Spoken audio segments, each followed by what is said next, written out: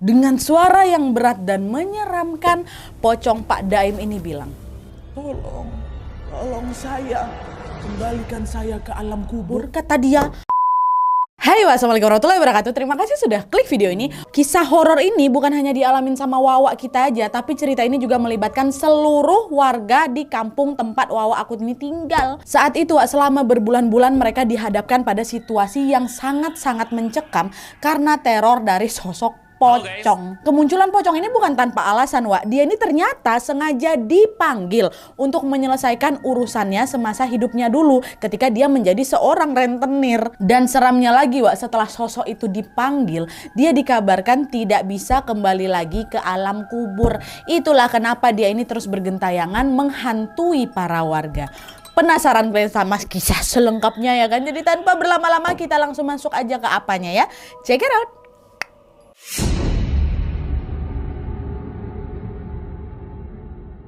Oke, Wak, jadi kisah yang akan aku bawakan malam ini dikirim sama Wawa aku yang kita panggil aja namanya Ifah dari Bangka Belitung. Halo Ifah. Nah, karena pengalaman horor yang dialamin sama Ifah ini melibatkan seluruh warga di kampung tempat dia dan keluarganya tinggal, Wak. Jadi untuk bisa menghormati privasi, sesuai dengan requestnya si Ifah, semua nama dalam cerita ini sudah kami samarkan. Oke. Nah, oke, lanjut. Jadi ceritanya, Wak, pada saat itu Ifah ini masih kelas 1 SMA. Bertepatan dengan tahun Piala Dunia FIFA tahun 2010. Pas lagi rame-ramenya lagu Shakira yang Waka Waka itu, masih ingat kalian kan kejadiannya tahun-tahun itu. Ifah masih ingat betul saat itu dia baru aja pulang sekolah.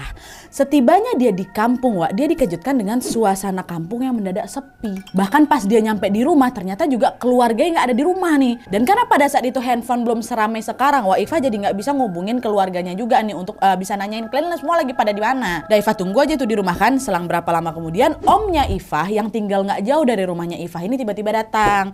Di situ om nih bilang, Ifah udah balik sekolah kamu ya, kata gitu. Oh iya om udah balik kami, tapi ini kok sepi kali rumah nih, pada kemana orang-orang nih? Oh iya bapak ibumu rame-rame sama warga kampung pergi melayat nak, bentar lagi pulang kok, kata si om. Oh alah pantesan, emang siapa yang meninggal om? Pak Daim, kata si om.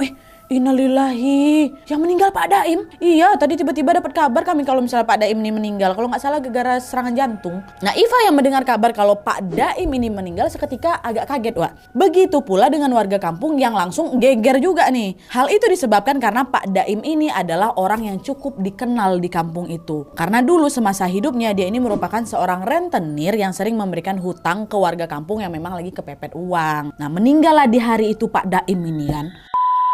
Nah terus beberapa hari setelah Pak Daim ini dimakamkan, Wak, warga kampung ini kembali dibuat heboh dengan berita mengejutkan tentang Pak Daim. Entah awalnya tersebar dari mana ya, yang jelas pada saat itu di kampung mereka ini tersiar kabar yang menyebutkan kalau makam Pak Daim ini sudah digali ulang. Dan yang membuat kabar ini semakin geger, ternyata yang menggali makam Pak Daim itu merupakan anaknya Pak Daim sendiri, yaitu sebut aja lah namanya Mas Tony. Mas Tony yang ngegali kubur bapaknya tuh. Nah kenapa Mas Tony ini gali makam bapaknya Nadia? Ini ada alasannya, Wak. Tonton sampai akhir dulu. Kalian ingat bagian yang baik-baik ya, Mas Tony anaknya Pak Daim sendiri yang menggali ulang makam si bapak itu. Dan kalian tahu sejak makam Pak Daim ini digali ulang, Wak, suasana kampung dengan cepat berubah mencekam. Sebuah teror mistis yang tidak pernah mereka bayangkan sebelumnya tiba-tiba terjadi dan menghantui mereka semua warga kampung si Ifah nih. Kalian tahu, Wak, secara mengejutkan beberapa warga mengaku melihat penampakan Pak Daim dalam wujud pocong. Berita tentang pocong Pak Daim itu pun langsung membuat warga kampung jadi heboh lah. Semua warga ketakutan, Wak, sampai-sampai kalau waktu sudah menunjukkan jam 5 sore udah nggak ada lagi tuh Nadia satupun dari mereka yang berani keluar rumah. Di dalam rumah semuanya. Setiap sore hari menjelang maghrib suasana kampung aku tuh sepi, hening kali, kata si Ifah. Semua orang memilih untuk berlindung dalam rumah masing-masing karena mereka takut ketemu siapa? Pocong Pak Daim. Awalnya pocong Pak Daim ini lebih sering muncul menggentayangi pihak keluarganya aja, Wak, khususnya Mas Tony anaknya ini. Tapi lama-kelamaan pocong Pak Daim ini juga menunjukkan dirinya dan meneror para warga. Ifah bilang nih, Wak, ya, pada saat itu setiap hari selalu ada aja warga yang mengaku melihat penampakan pocong Pak Daimnya. Jadi misalnya hari ini si A yang ditampain, besok si B yang ditampain, besok ya si C yang ditampain. Jadi macam digilir gitu loh, satu persatu harus nengok dia. Dan yang seramnya lagi, Wak, setiap kali pocong Pak Daim ini datang menggentayangi warga, pocong Pak Daim ini pasti selalu mengatakan hal yang sama. Bisa kalian tebak dia bilang apa?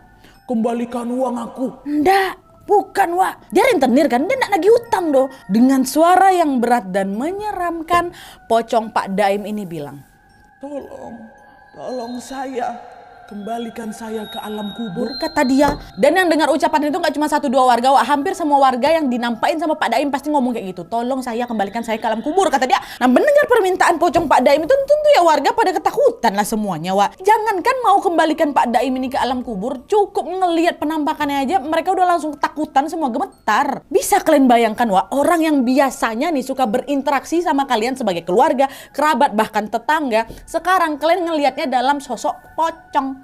Di momen itu nggak ada yang bisa warga lakukan kecuali berusaha mengusirnya sambil terus berdoa di dalam hati. Tapi bukannya meredah, makin hari penampakan pocong Pak Daim ini makin intens. Iva bilang, Wak, suasana di kampung aku tuh udah makin gak kondusif lagi. Gara-gara apa? Pocong Pak Daim ini bukan cuma menampakkan dirinya aja, udah jadi mulai usil. Lama-kelamaan dia ini datang bukan hanya untuk minta tolong dikembalikan ke alam kubur aja, Wak. Tapi pocong Pak Daim ini juga datang untuk menakut-nakuti siapapun warga yang suka ngomongin dia.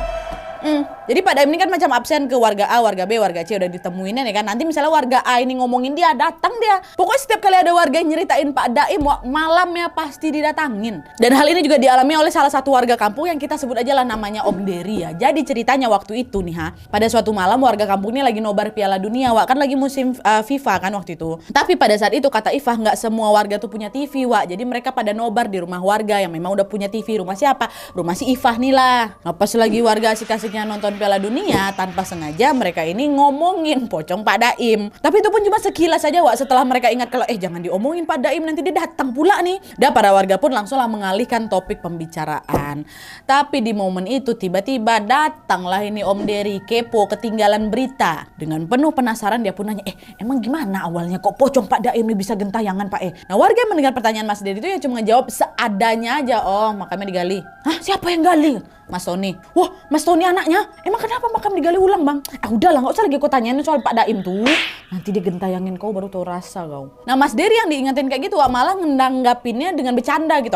Bapak bisa aja, gak mungkin lah Pak Daim itu datang ke saya. Orang sekarang saya kan udah jadi tetangganya dia, kata si Mas Dery ini. Maksudnya, Wak, rumahnya Mas Dery ini memang bersebelahan sama tempat pemakaman umum, tempat Pak Daim ini dimakamkan. Itulah kenapa dia bilang kami udah tetangga sekarang kayak gitu. Nah, dia tuh singkat cerita obrolan tentang Pak Daim itu pun berhenti dan para warga pun lanjut lagi nih nonton bola. Setelah nobarnya selesai kan mereka lanjut pulang lah ini kan ke rumah masing-masing. Tapi, Wak, setelah para warga pulang ke rumah pada malam hari itu, besok paginya mereka langsung geger karena menemukan Om Dery ini tergeletak di pinggir jalan dalam kondisi pingsan. Warga nengok itu jadi panik lah kan, Wak, dibangunkan ini Dery bangun. Kenapa kok malah tidur di jalan nih? Dan alhamdulillahnya tidak lama kemudian Om Dery ini pun sadar dan disitulah dia baru bercerita tentang apa yang sudah terjadi sampai-sampai dia bisa pingsan di pinggir jalan kayak gitu, Wak. Jadi ternyata nih tadi malam ketika Om Dery ini pulang nobar dari rumahnya si Iva, dia berjalan pulang lah ini kan melewati depan TPU karena kan memang rumahnya di sebelahan sama TPU kan. Dia lewat di situ. Nah, pas dia udah nyampe di depan TPU, tiba-tiba Om Dery ini melihat ada macam kepulan asap gitu, Wak, yang datang dari salah satu kuburan yang ada di sana. Asap apa itu? Tapi waktu itu nggak diambil pusing sama dia, Wak. Om Dery pun tetap melanjutkan perjalanannya. Tapi waktu si Dery ini udah mau nyampe di rumah tuh, Om Dery dikagetkan bukan main ketika dia melihat bahwa ternyata sudah ada yang menunggu dia tepat di depan pintu rumah. Siapa dia? Itulah Pak Daim tuh dalam wujud pocong. Pak Daim muncul menyambut Om Dery ini, Wak. Melihat kemunculan pocong Pak Daim itu seketika seluruh tubuh Mas Dery langsung lemas selemas-lemasnya. Dia mau teriak nggak bisa, mau lari aku juga nggak bisa, Pak. Jadilah itu aku pingsan di tempat, kata dia. Gegar apa tuh? Gegar ngomongin Pak Daim tuh kan waktu lagi nobar tuh. Nah, cerita tentang Mas Dery yang disambut oleh pocong Pak Daim ini, Wak, seketika langsung menyebar luas ke seantero kampung lagi ya kan. Iva dan keluarganya yang mendengar hal tersebut juga semakin ketakutan. Dan saking takutnya, Wak, sampai-sampai aku sama keluargaku tentu Nadia tidur satu kamar. Dan gak cuma itu aja, Wak, Iva yang sebenarnya ada kegiatan ekstrakurikuler renang di sekolahnya itu juga terpaksa meliburkan diri karena dia gak berani pulang kalau udah masuk waktu maghrib. Karena udah selesai renang tuh Nadia pasti udah sore. Nyampe rumahku maghrib, nggak mau aku, nggak datang-datang aku ekstrakurikuler tuh kau. Dan hal ini mereka lakukan bukan tanpa alasan, Wak. Selain mendengar cerita-cerita tentang penampakan pocong Pak Daim dari beberapa warga, Iva sama keluarga ini juga sempat hampir digentayangin sama pocong Pak Daim itu, Wak. Jadi ceritanya waktu itu sekitar jam 9 malam tuh Nadia ya, ketika kami udah mau siap-siap mau tidur nih ya, Iva dan keluarganya dikagetkan dengan suara teriakan Om Iva. Masih ingat kalian Om yang di awal cerita dia bilang, Iva udah pulang, yang pertama kali ngabarin kalau Pak Daim itu meninggal. Om inilah, mereka dengar suara Om ini teriak betul-betul kencang kali. Nah dia teriakan si Om ini sampai aku aja bisa dengar dengan jelas apa yang lagi diteriakin sama si Om Daim tuh kalian. Di momen itu dengan lantang si Om ini teriak apa? Pergi, jangan ganggu kami juga nggak bisa ngembaliin roh kamu. Datangin aja anak kau itu, jangan datangin orang lain, kata si Om. Nah pas denger si Om teriak kayak gitu, sambil sedikit berbisik, mamanya si Iva ini bilang, Pak Daim datang, kata dia. Mendengar ucapan mama itu seketika Iva langsung nangis sesungguhkan, Wak. Dan ketika papanya melihat Iva ini menggigil ketakutan, papanya Iva pun akhirnya juga ikutan teriak, tau kau, jangan ganggu kami juga nggak bisa ngembaliin roh bapak. Anakku sampai nangis gini loh, gara-gara takut sama bapak. Tolonglah pergi Pak, tolonglah pergi sekarang juga. Padahal belum nampak lagi Pak Daim tuh, Bapak Iva tuh udah start duluan, jangan sampai kau kesini, udah aku teriakin kau duluan ya, kayak gitu, Ada tuh kan, sejak kejadian malam yang mencekam itu, besok paginya keluarganya Iva ketemulah sama si Om. Nah di situ mereka nanya ke si Om kan, semalam aku dengar kau teriak-teriak macam lagi ngusir orang. Kau lagi ngusir pocong Pak Daim kan, kata si bapak. Iya betul bang, semalam pocong Pak Daim datang ke rumah kami. Awalnya dia cuma berdiri di bawah pohon mangga depan kami itulah. Aku diamin aja bang, buru-buru aku masuk ke rumah kan. Nah terus pocong tuh ngikutin kau sampai rumah, kata si bapak lagi. Enggak, tapi waktu aku masuk ke rumah nih bang, tiba-tiba aja aku dengar pocong tuh nangis. Kasihan sebenarnya bang, dia tuh cuma pengen balik ke alam kubur aja, tapi aku juga nggak tahu gimana cara nolonginnya. Takut pula aku lihat penampakan pocong kayak gitu kan, ya udah aku usir lah dia. Sampai nangis dia bang. Dan sama seperti yang dilakukan oleh Iva dan keluarganya, Wak, para warga yang kebagian jatah digentayangin pocong Pak Daim ini juga hanya bisa memberanikan diri untuk mengusirnya sambil terus berdoa. Tapi sayangnya hal ini tetap tidak mempan. Makin hari kemunculan pocong Pak Daim ini malah semakin meresahkan. Kalian tahu, pocong Pak Daim ini tidak cuman datang di malam hari aja, Wak. Siang bolong pun pocong Pak Daim ini tetap berseliweran dia. Kebayang nggak kalian, tengah hari pas matahari lagi panas-panasnya nih, ada tuh warga yang lagi naik motor kan, dia mau pergi ke kebunnya dari rumah, terbalik dari kebunnya mau balik ke rumah, tiba-tiba Wak disalip dia sama pocong Pak Daim tuh. Mau balik kan, terbang ya. Pak Daim, betul-betul nggak ada waktu yang aman, Wak. Malam atau siang mereka tetap diteror sama pocong Pak Daim nih. Nah karena situasi makin tidak terkendali, Wak, akhirnya para warga pun sepakat untuk mendemo Mas Tony. Mau bagaimanapun munculnya teror pocong Pak Daim ini berawal karena ulahnya Mas Tony sendiri ya kan. Dan ini juga pasti yang pengen juga kalian tahu kenapa pocong Pak Daim ini bisa gentayangan. Nah jadi Wak, ternyata Mas Tony ini nekat menggali ulang makamnya Pak Daim atau bapaknya ini karena suatu alasan. Ingat kan kalian tadi di awal aku bilang apa? Kalau Pak Daim ini dulunya merupakan apa? Seorang rentenir. Nah konon katanya Wak, setelah kematiannya Pak Daim, Mas Tony ini curiga masih banyak warga kampung yang punya utang sama bapak dia. Secara bapaknya rentenir tuh pasti banyak kali orang masih berutang kan. Dan kemungkinan belum lunas juga nih bahkan setelah Pak Daim ini meninggal dunia. Nah tapi masalahnya Wak, baik Mas Tony ataupun istri Pak Daim ini nggak ada yang tahu nih siapa-siapa aja yang belum lunas dan berapa nominalnya. Mereka nggak tahu nih siapa-siapa aja masih berutang sama bapaknya. Yang tahu semua rinciannya cuma Pak Daim ini aja, Wak. Karena Mas Tony ini nggak mau rugi lah gitu istilahnya kan. Dengan gegabah dia pun mengambil satu keputusan yang sangat-sangat nekat. Dimana supaya dia bisa menagih orang-orang yang masih berhutang ke Pak Daim, Mas Tony ini nekat melakukan ritual untuk membangkitkan roh bapaknya yang sudah meninggal itu. Waktu itu Mas Tony meminta bantuan salah satu dukun untuk melakukan ritual tersebut, Wak. Dan mereka betul-betul melakukannya pada suatu malam. Gak ada yang tahu pasti gimana tepatnya ritual yang dilakukan sama Mas Tony dan si dukun itu, Wak.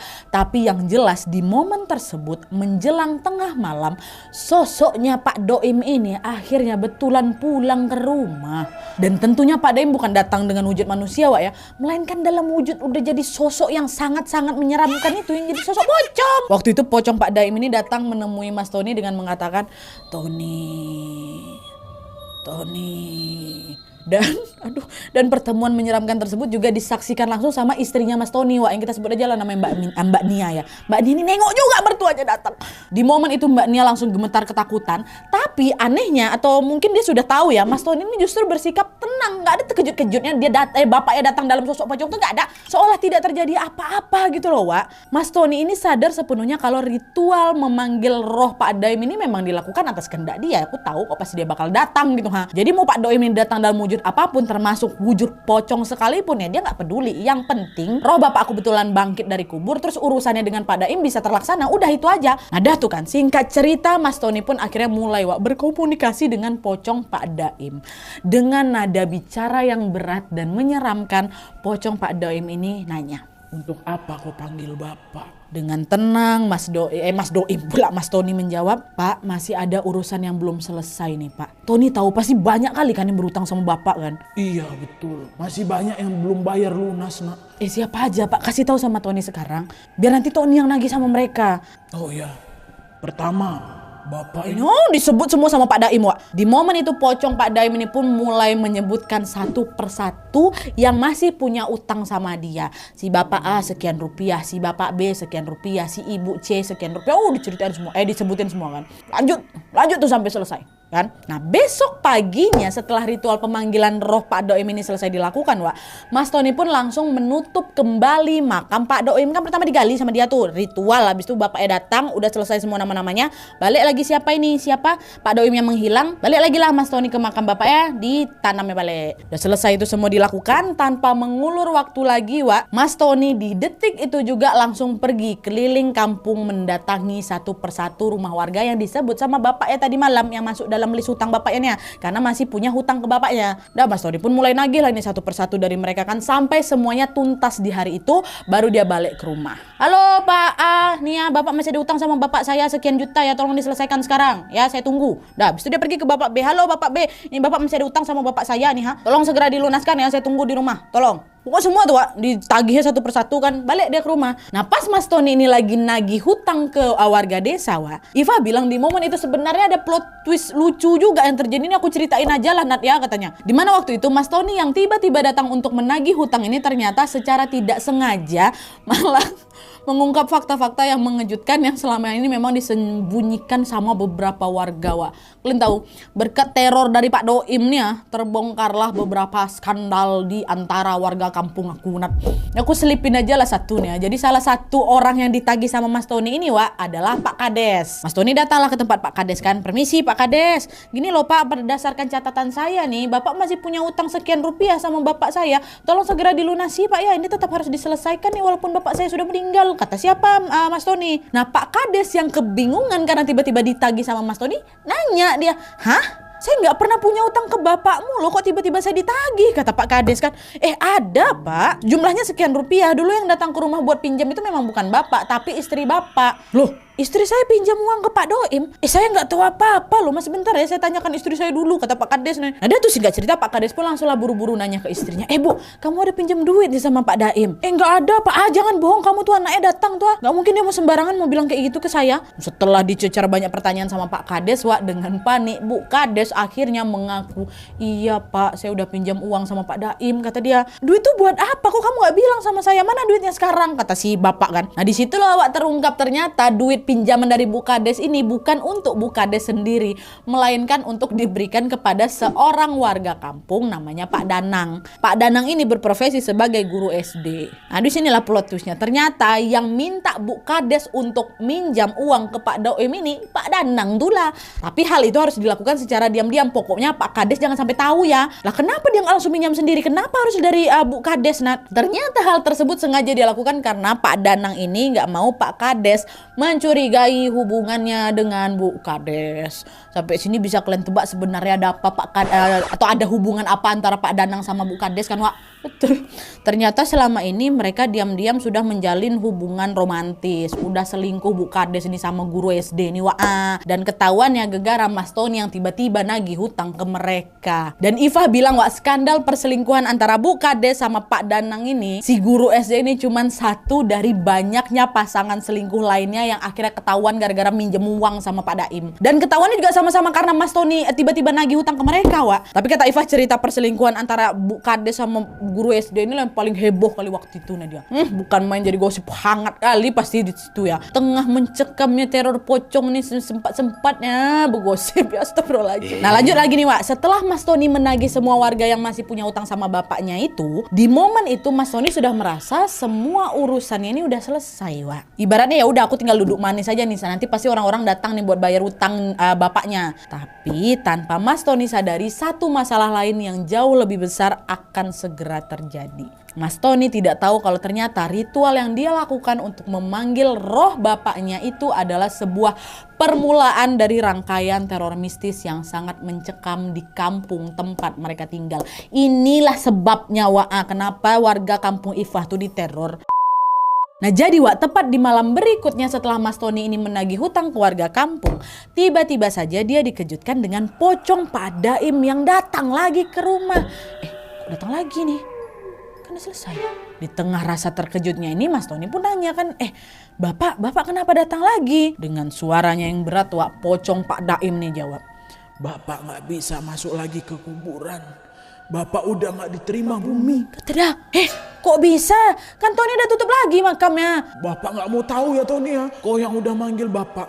Sekarang kau yang harus tanggung jawab. Kembalikan Bapak ke sana, katanya. Nah Mas Tony yang tidak menyangka kalau roh bapaknya ini gak bisa balik lagi ke alam kubur itu, seketika langsung kebingungan. Macam mana nih? Padahal Mas Tony sama si Dukun ini sudah melakukan ritual untuk mengembalikan Pak Doim, Wak. Jadi kemunculannya Pak Doim kali ini tuh betul-betul di luar dugaan mereka. Harusnya setelah dilakukan ritual pengembalian itu ya udah nggak akan balik-balik lagi kan, yang penting Mas Tony udah dapat nama-nama orang yang masih berutang aja kan. Tapi ternyata udah gak diterima bumi lagi mayat bapak ini. Nah karena Mas Tony gak tahu lagi harus melakukan apa, alhasil setiap malam pocong Pak Daim ini selalu datang ke rumahnya Mas Tony untuk meminta Mas Tony mengembalikan dia ke alam kubur lagi. Kayak tadi yang aku bilang di awal, pertama yang diteror keluarganya aja, habis itu kemana? Ke warga. Nah Mbak Nia, istrinya Mas Tony ini, dia juga setiap malam melihat pocong mertuanya ini datang ke rumah neror keluarga mereka. Mbak Nia kan tahu semua apa yang sudah dilakukan sama Mas Tony kan, Wak. Dia juga jadi ikutan diteror lah. Karena terus-terusan diteror, lama-kelamaan jadi nggak tahan lah si Mbak Nia ini. Di tengah rasa takutnya itu, Mbak Nia pun akhirnya memutuskan untuk pergi ke rumah orang tuanya. Masih satu kampung juga, Wak. Disitulah kedua orang tuanya kaget dengan kedatangan Mbak Nia yang sangat-sangat mendadak dan mengatakan kalau, ngapa kok kesini sendirian, mana suamimu? Lagi ada masalah kalian nih? Enggak Pak, Bu.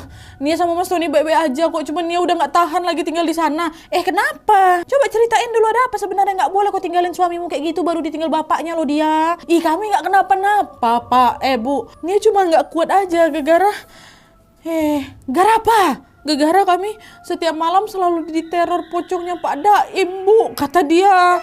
Nah di momen itulah Mbak Nia pun akhirnya menceritakan semua yang terjadi ke orang tuanya, Wak. Mulai dari Mas Tony yang sengaja ngegali makam bapaknya, sengaja manggil rohnya Pak Daim ini, sampai cerita tentang roh Pak Daim yang udah gak bisa balik lagi ke alam kubur. Dan sejak Mbak Nia memutuskan untuk tinggal di rumah orang tuanya inilah, tanpa menunggu waktu yang lama, kabar tentang pocong Pak Daim yang lagi gentayangan ini pun langsung tersebar luas ke seluruh penjuru kampung. Dan mulai saat itulah, Wak, kenapa kampungnya si Ifah ini juga sudah mulai diteror. Karena Pak Doim gak dapat jawaban dari anaknya, minta tolong sama warga-warga untuk bisa balik lagi ke alam kubur gitu. Ya Allah.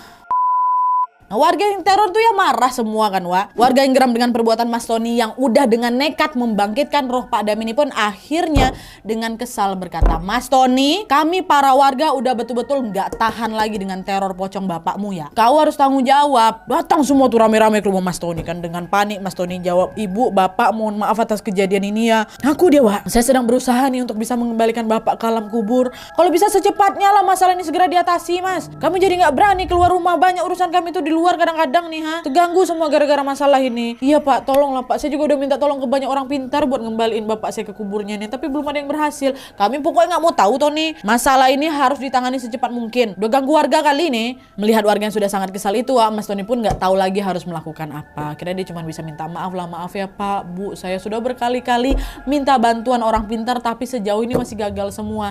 Katanya nih Bu ya, kalau seminggu pertama bapak ini belum balik ke alam kubur, berarti kita harus nunggu sampai 25 hari.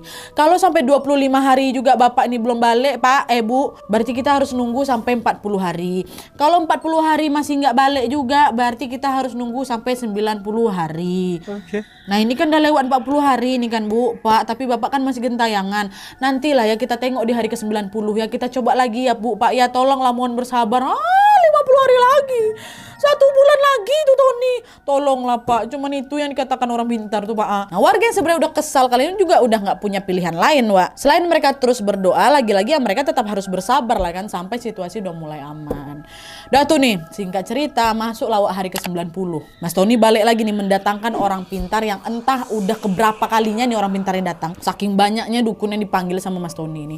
Nah pas si orang pintar ini mencoba mengembalikan roh Pak Daim ke alam kubur, ternyata kata mereka nih ya, lagi-lagi hal itu gagal Wak. Karena kata si dukun ini Pak Daim ini udah nggak bisa balik ke sana. Tapi karena keberadaan pocong Pak Daim ini sudah sangat-sangat mengganggu warga Wak, si orang pintar ini pun menawarkan solusi yang lain. Di momen tersebut si orang pintar ini bilang, pocong Pak Daim ini udah nggak bisa lagi balik ke kuburnya.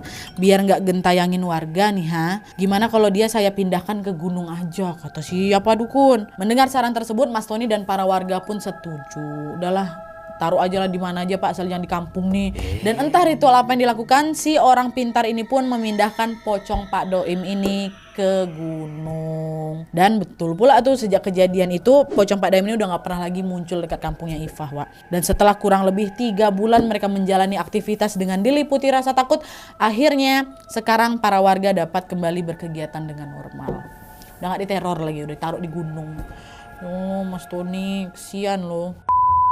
Oke Wak, jadi itu tadi teror tentang pocong rentenir atau pocong Pak Daim. Menurut aku kisah ini betul-betul agak epic, mind blowing, lucu juga ya kan. Tapi sedih juga. Udah macam nonton serial azab Wak, tapi ini real kejadian dialamin sama si Ifah dan juga warga yang lain. Kebayang gak kalian Wak, sosok Pak Daim ini sampai udah gak diterima lagi di alam kubur dan terpaksa dibuang ke gunung. Macam mana perasaan keluarga yang setelah tahu itu kan?